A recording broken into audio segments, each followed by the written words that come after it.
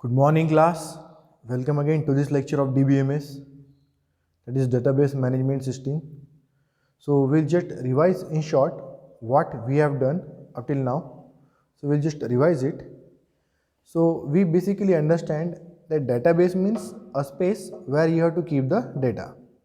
Data is some kind of information, and when it is processed and we reuse that information, then we call it as an information. Data can be any value, any input, any output, anything is data. But when we process it to get something useful out of it, that we call as information. So storing of this information, this data needs certain space, and we have already seen you cannot store them in a specific file in a system, in a laptop, because of the limitations of size, space, retrieval, and so many things. So for this purpose we use database, and after using the database we get so many things there, like redundancy is reduced, the atomicity, integrity, and so many constraints. That means very many purposes which are required when saving a large data are being served. So that was about databases. Then what are the different kinds of databases? Then what are the different kinds of database languages? Then we have seen the different kinds of model, that means how the database models are used. So it is as good as we are storing certain amount of material in our home. So we need to store that material in such a way that maximum material should be occupied, and it will be easier for us to get that material as and when required, and that means it will be easier for us to fetch that material easily. So for all these things we are going to use, that means we are using this database management system, DBMS. Now the next thing that we have seen as the languages. So we are more specifically interested in SQL. As such, we are interested in relational model, that is RDBMS, there being so many number of models, and we are interested in SQL, that is structured query language.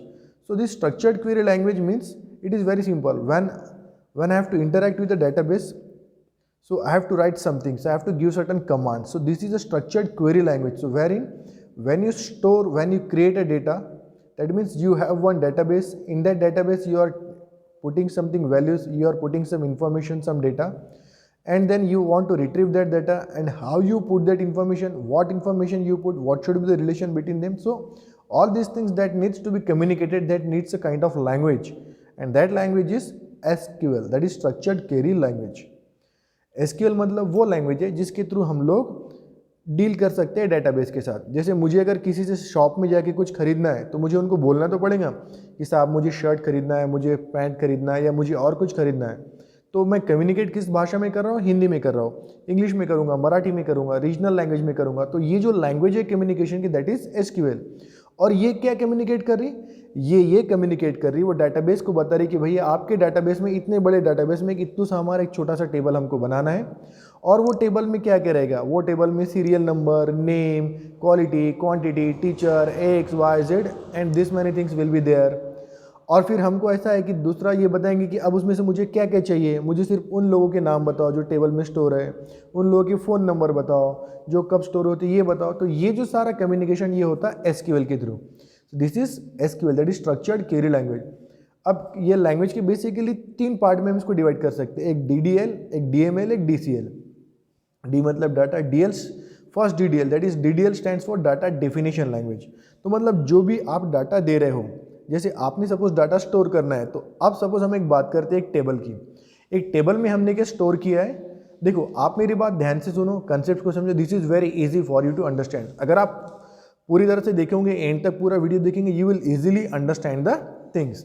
एक table है, table में हमको क्या store करना है? Table में मुझे store करना है कुछ लोगों के नाम, उनके मोबाइल नंबर, वो क्या सब्जेक्ट पढ़ाते, उनका घर कहाँ पर है, उनका पिन कोड क्या है, वो कौन से डिपार्टमेंट को बिलोंग करते हैं, और उनको कोई स्पेसिफिक आईडी दिया गया. आईडी मतलब जैसे आप लोगों को एक रोल नंबर दिया जाता है पहचान के लिए, तो वैसे फिर उनका कोई एक स्पेसिफिक आईडी, जिसको हम प्राइमरी की भी बोल सकते हैं. अब प्राइमरी की सुन के ये मत सोचो कि ये क्या है.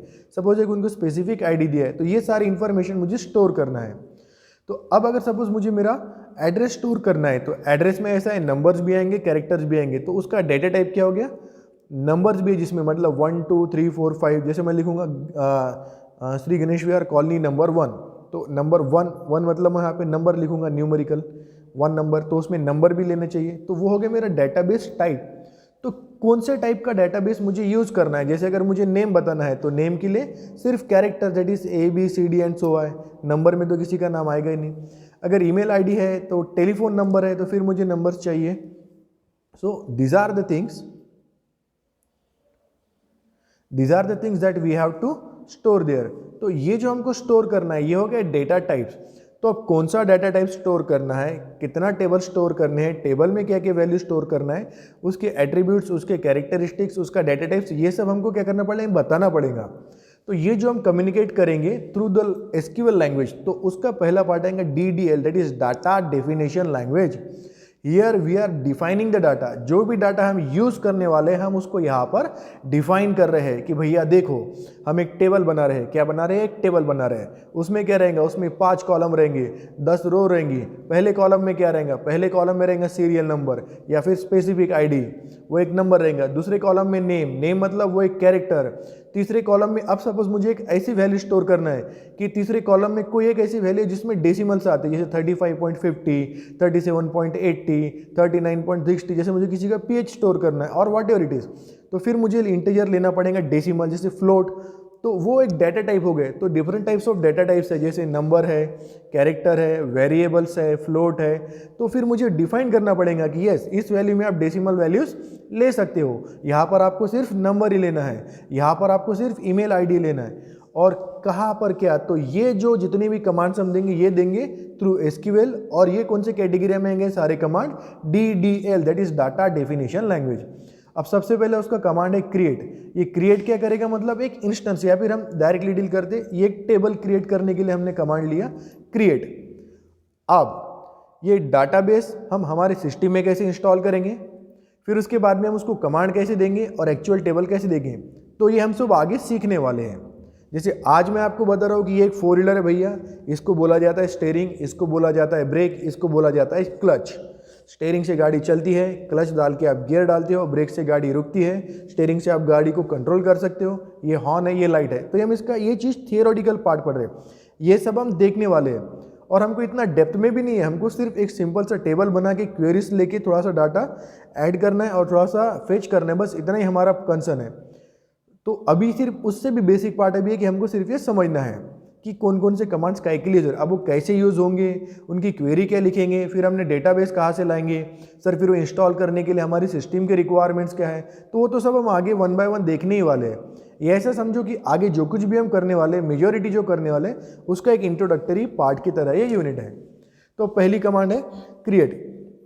क्रिएट कमांड क्या करती है, क्रिएट कमांड आपका टेबल क्रिएट करने के लिए, to create a database instance, या फिर आप टेबल ही बोल दो। उसके बाद में अल्टर, अगर आपने टेबल क्रिएट किया और उसमें कुछ अल्टरेशन करना पड़ा, एडिट करना रहा, एक कॉलम कम करना है, एक कॉलम ज़्यादा करना है, ऐसा कुछ भी, या फिर एक रो बढ़ानी है, किसी का डाटा टाइप चेंज करना है, तो वो हो गया alter. So that is alter. अगर आपको उसको ड्रॉप करना है कि नहीं, ठीक है कि भैया आपको क्या करना है कि उसको ड्रॉप कर देना है कि नहीं, अब हमको चाहिए नहीं टेबल, तो फिर आप क्या करोगे, इसको ट्रंकेट करोगे, उसको करोगे सीधे सीधे ट्रंकेट। ड्रॉप करना मतलब उसको साइड में उठा के डाल दो, ट्रंकेट मतलब उसको परमानेंटली डिलीट कर दो, उसको डिलीट ही कर दो, या फिर उसको रीनेम करो।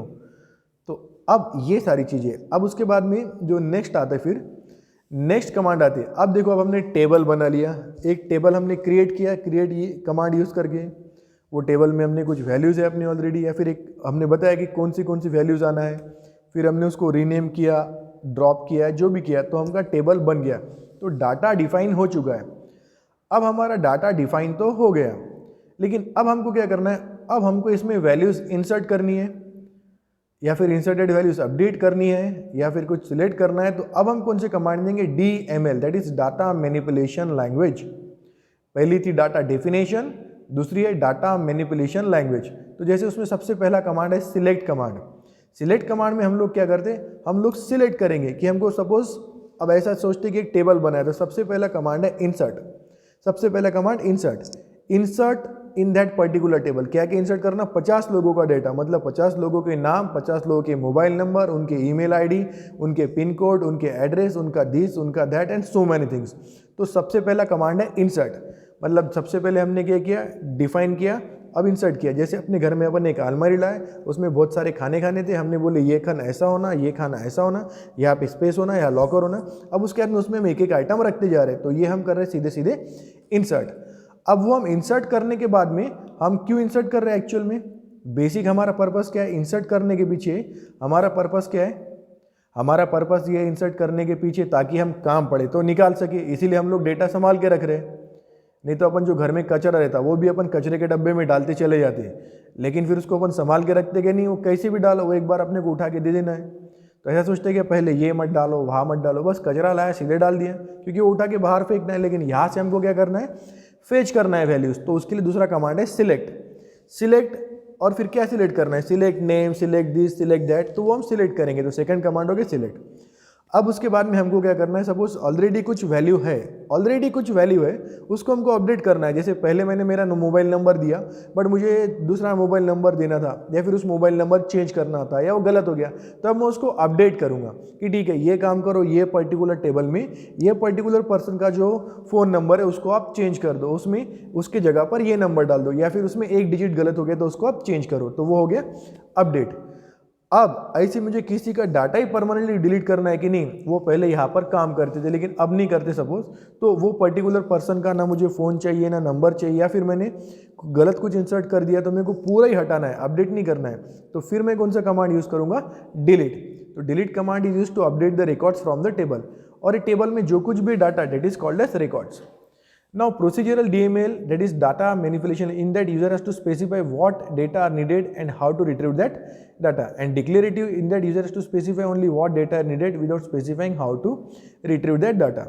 जैसे मैंने बोला बच्चे कि मुझे सभी लोगों के नाम बता दो, तो ठीक है सभी लोगों के नाम बता दो, तो प्रोसीजरल हो गया। लेकिन मैंने बोला कि मुझे सिर्फ उन लोगों के नाम बताओ कि जो लोग XYZ डिपार्टमेंट में हैं, तो अब ये उसके अलग अलग टाइप्स है, but what we must concentrate on कि इसके कमांड कौन से, सिलेक्ट, इंसर्ट, अपडेट, डिलीट। और बाद में स्ट्रक्चर्ड क्वेरी लैंग्वेज में क्वेरी क्या है, वो ऐसी स्टेटमेंट है जैसे अपन ने क्वेरी फायर करना बोलते हैं उसको।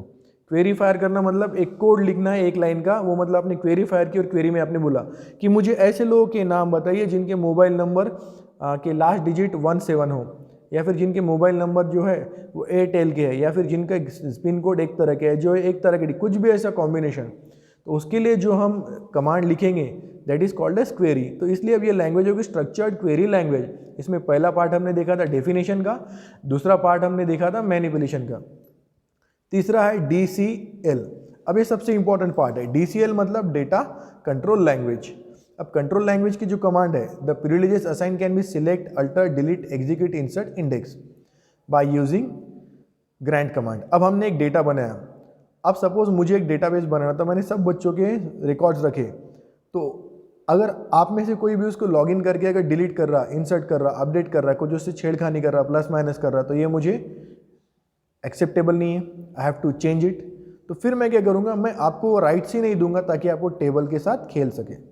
आपको वो राइट्स ही नहीं मिलेंगे, आपके सिर्फ इतने राइट्स रहेंगे कि आप उसमें सिर्फ देख सकते हैं, है ना। जैसे अपन जू में जाते तो अपन जानवरों को सिर्फ देख सकते हैं, उनको बाहर निकाल के ले जा सकते हैं क्या, उनके पिंजरे में जाके उनको खाना दे सकते क्या, नहीं। वो राइट्स किसको है, वो जू के एडमिनिस्ट्रेटर को है, वो उनके लोग उन्होंने डिफाइन किए। तो ऐसे हमको यहाँ पर वो राइट्स नहीं, आप सिर्फ देखो, यू जस्ट सी, आपको क्या देखना है, शेर देखना है, भालू देखना है, ऐसे आपको यहाँ पे क्या इन्फॉर्मेशन चाहिए और कैसे देखना है, आपको एक क्वेरी फायर करना है। क्वेरी फायर करने वाला आपको बताना है कि मुझे ये इन्फॉर्मेशन दिखाओ आप, तो आपको वो इन्फॉर्मेशन दिखाएगा। तो आप जिसको मुझे ये अथॉरिटी देनी है कि आप जाके भैया उसमें टेबल में चेंज कर सकते हो, एडिट कर सकते हो, अपडेट कर सकते हो, डिलीट कर सकते हो, ये अथॉरिटी आपको है। तो सिर्फ एडमिन्स को मैं दूंगा या फिर सिलेक्टेड स्पेसिफिक लोगों को। तो फिर ये जब डाटा में चेंज करने की ऑर्डर किसको दे मतलब चेंज करने की अथॉरिटी किसको दी है, या फिर मैंने किसको ऑथेंटिकेट बनाया जो डेटा को अपडेट कर सकता या डिलीट कर सकता, तो इसके लिए फिर मैं कमांड यूज़ करता हूँ। या फिर मैं और किसी को ऑर्डर दिया, जैसे किसी को मैंने अगर सपोज ये दिया है, अथॉरिटी दी है, परमिशन दी है, लेकिन फिर मैं परमिशन वापस लूँगा और किसको कितनी परमिशन दूंगा, तो ये क्या कर रहा मैं डेटा का जो है, जो डेटा मैंने इंसर्ट किया उसको मैं कंट्रोल कर रहा हूँ कि हर कोई उसको जाके बदल नहीं सकता, हर कोई उसको जाके अपडेट नहीं कर सकेगा, हर कोई उसको जाके डिलीट नहीं कर सकेगा।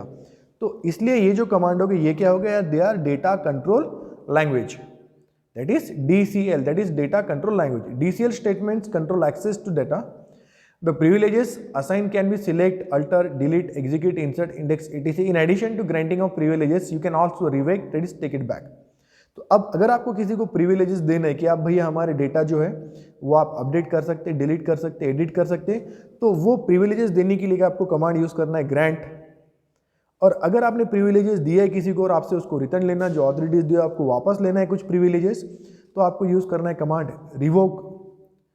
और अगर आपको सपोज कुछ कमेंट देना है टू डेटा डिक्शनरी, तो आप क्या करोगे, दूसरा कमांड आपके लिए है डेटा डिक्शनरी। अब डेटा डिक्शनरी मैंने आपको पहले ही बताया था कि डेटा डिक्शनरी मतलब कि उस पर्टिकुलर डेटाबेस में जो भी वर्ड्स यूज हुए, वहाँ पर जो भी वर्ड्स यूज हुए, तो वो वर्ड्स के मीनिंग क्या है, किस कंटेक्स्ट में लिया गया है, तो उसलिए वहाँ पर एक डिक्शनरी प्रोवाइड की गई है। Data dictionary is about the data that we store in the database. It contains all the information about the data objects. It is like storing all up-to-date information about the subjects objects like table, column, index, constraints etc. मतलब पूरा detail उसके पास में है, उस dictionary में सब कुछ store है। जैसे उसका नाम क्या है, उसकी सिक्योरिटी इन्फॉर्मेशन, उसकी physical information, structural information. Dictionary समझते हो ना आप, जैसे अपने पास डिक्शनरी में सब लेटर से ए से लेके जेड तक, ऐसी डेटा डिक्शनरी में सब कुछ है from beginning A till the Z. मतलब वो डेटाबेस का नाम क्या है, उसकी सिक्योरिटी कैसी है, मतलब आप कौन सा प्रोटोकॉल सिक्योरिटी के लिए यूज़ करते हो, फिर उसकी फिजिकल इन्फॉर्मेशन कैसी है कि लाइक टेबल कहाँ पर स्टोर है, और फिर उसकी स्ट्रक्चरल की उनके बीच में क्या एट्रीब्यूट्स है, कौन सा डाटा टाइप्स है, कौन से कंस्ट्रेंट्स है, कौन से इंडेक्स है, तो ये सारी, तो ये सब कुछ हो गया अबाउट द DCL। तो फिर हमने बेसिक 3 टाइप्स देखे। हम जो लैंग्वेज की बात करें that language is SQL, that is structured query language. Structured query language में हम बेसिकली 3 पार्ट्स में उसको डिवाइड कर सकते हैं, that is DDL data definition language, DML that is data manipulation language, and DCL that is data control language. ये 3 parts में हम लोग उसको डिवाइड कर सकते हैं। नाउ नेक्स्ट थिंग, अब देखो, अब यहाँ पर अपन आ गए relational database. It is a collection of tables. अब आपको यहाँ पे क्लियर कट दिख रहा होगा, ध्यान से देखो इसमें भाइयों बहनों, थोड़ा ध्यान से देखो। यहाँ पर आपको दिखाई दे रहा है कि यहाँ पर first name, last name, address, city and age, ये सब हमने डाटा यहाँ पर कलेक्ट किया है। अब रिलेशनल डेटाबेस में क्या रहता है, सब टेबुलर डाटाबेस रहता। टेबुलर डाटाबेस मतलब उसमें कॉलम रहते, रोज रहते। अब उसके अंदर में हर कॉलम एक स्पेसिफिक एट्रीब्यूट डिफाइन करता है। जैसे ये जो कॉलम है, ये कॉलम में क्या होंगे सब, ये जो पहला कॉलम है इसमें क्या होंगे सब, ये पहले कॉलम में सब नेम रहेंगे, सेकंड कॉलम में लास्ट नेम मतलब सरनेम, थर्ड में एड्रेस, फिर सिटी, फिर एज। अब इसके साथ सपोज मैंने जैसे पहले कॉलम में स्टोर किया है नाम, Mickey, bat, wonder, so and so many things. उसके बाद में इन रोज में क्या है, ये पर्टिकुलर कॉलम से रिलेटेड इन्फॉर्मेशन है कि यहाँ पे नेम, यहाँ पे दिस, यहाँ पे दिस।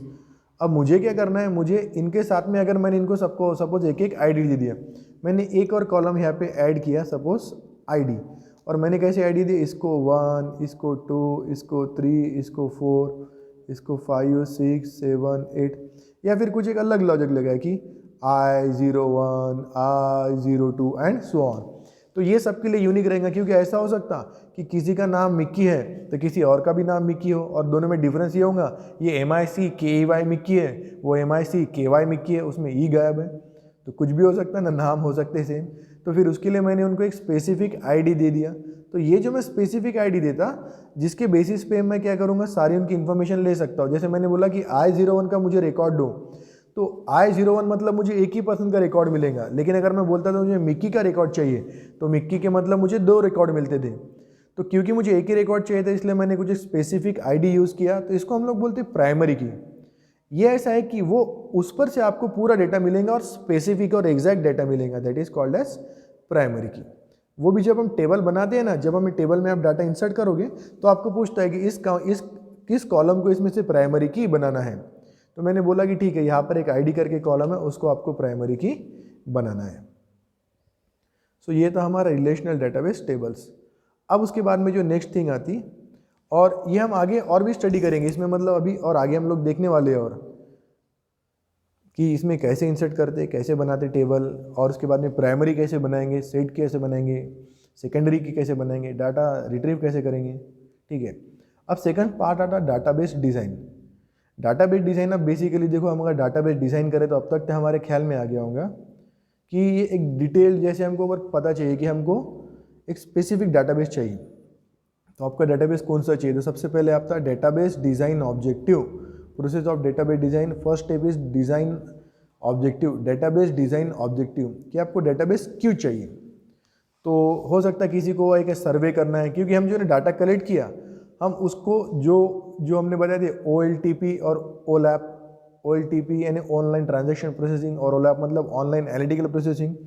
तो उसमें आपको करते हो एनालिटिकल प्रोसेसिंग में आप पूरा डाटा लेते हो और उसको आप एनालाइज करते हो, और ट्रांजैक्शन प्रोसेसिंग में क्या होता है रन टाइम उस पर ट्रांजैक्शंस होते रहते हैं। तो आपको डाटा है तो एनालाइज करने के लिए चाहिए, मतलब उतना डाटा लेके आपको उसमें से कुछ निकालना है आउटपुट, या फिर आपको ट्रांजैक्शंस करने हैं, तो क्या आपका पर्पज़ है उसके हिसाब से।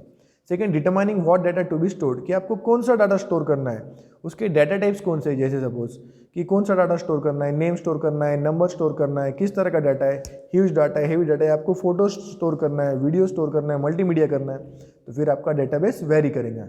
Determining data relationship 1 to 1, 1 to many। अब रिलेशनशिप आपको अच्छे से समझ में आई होगी।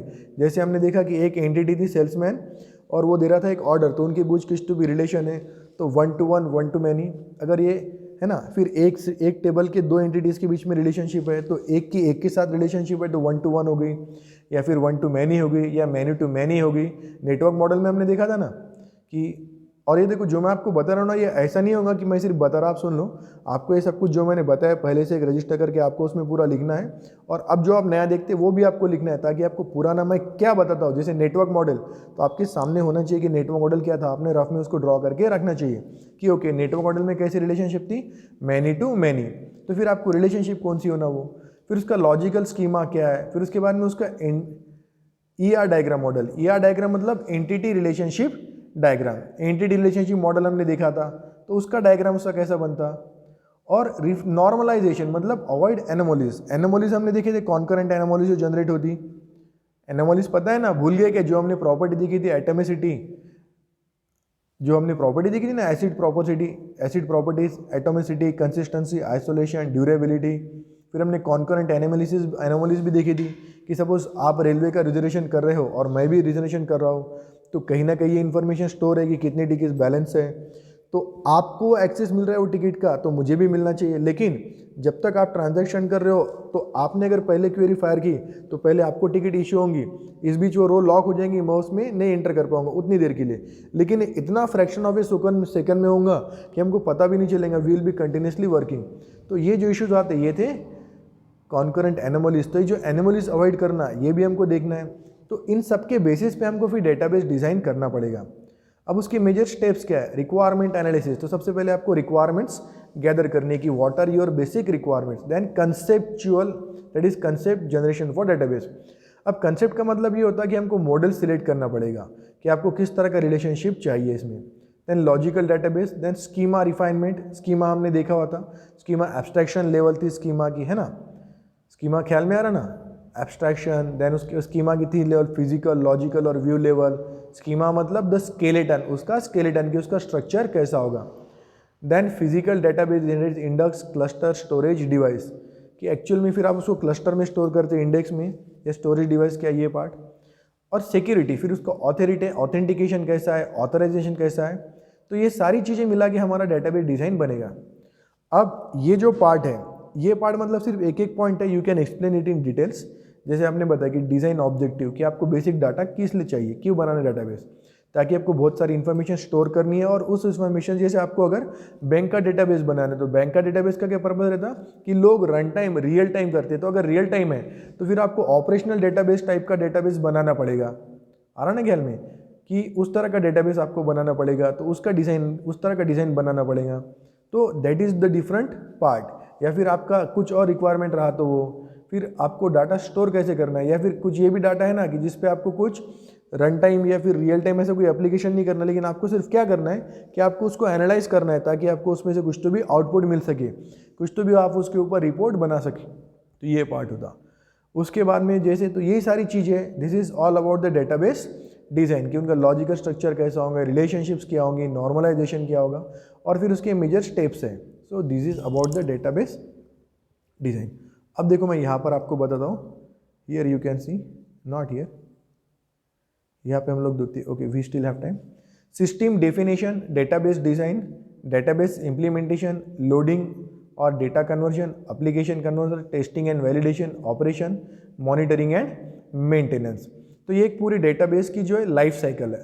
डेटाबेस एप्लीकेशन लाइफ साइकिल, कि आपने एक डेटाबेस एप्लीकेशन है, हर जैसे अपने लाइफ साइकिल देखना है, it begin with system definition, कि किस तरह की सिस्टम होनी चाहिए, यह सिस्टम कौन सी है।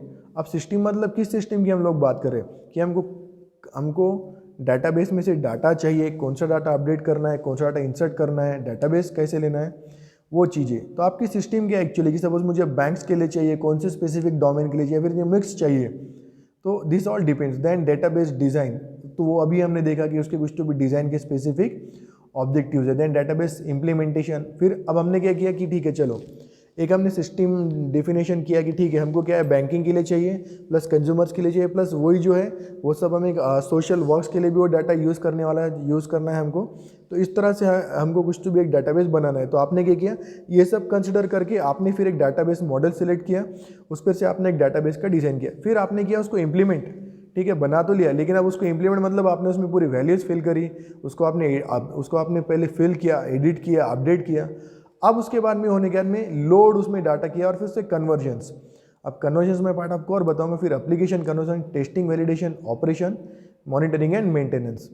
तो अब आपने उसमें किया लोडिंग और डेटा कन्वर्शन, कि उसमें आपने फिर डेटा भरते चले गए, कौन सा आपको डेटा भरना है, आ रहा ख्याल में चीज़ें। उसके बाद में फिर एप्लीकेशन कन्वर्जन। अब एक चीज़ और हम लोग देखने वाले कि इसमें यूजर्स कौन कौन से रहते हैं, किस एप्लीकेशन के लिए यूज़ हो रहा, कैसे यूज़ हो रहा, कौन सी वैल्यूज़ कहाँ से आना है। फिर उसका टेस्टिंग एंड वैलिडेशन, कि जो हमने डेटाबेस बनाया, हमने सपोज इन्फॉर्मेशन स्टोर करी, और अब हम देखेंगे रिट्रीव करके वो इन्फॉर्मेशन हमने सही से स्टोर करी है या नहीं, हमारी क्वेरीज सही है या नहीं। तो ये सारी चीज़ें, और बाद में फिर ऑपरेशन में लगा दिया फाइनली, और उसको maintenance.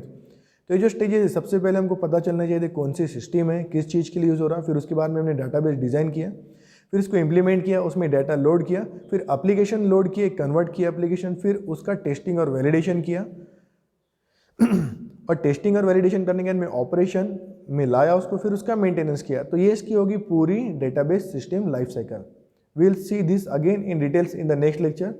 Till then will stop here. Thank you class, see you in the Google Meet. Good day.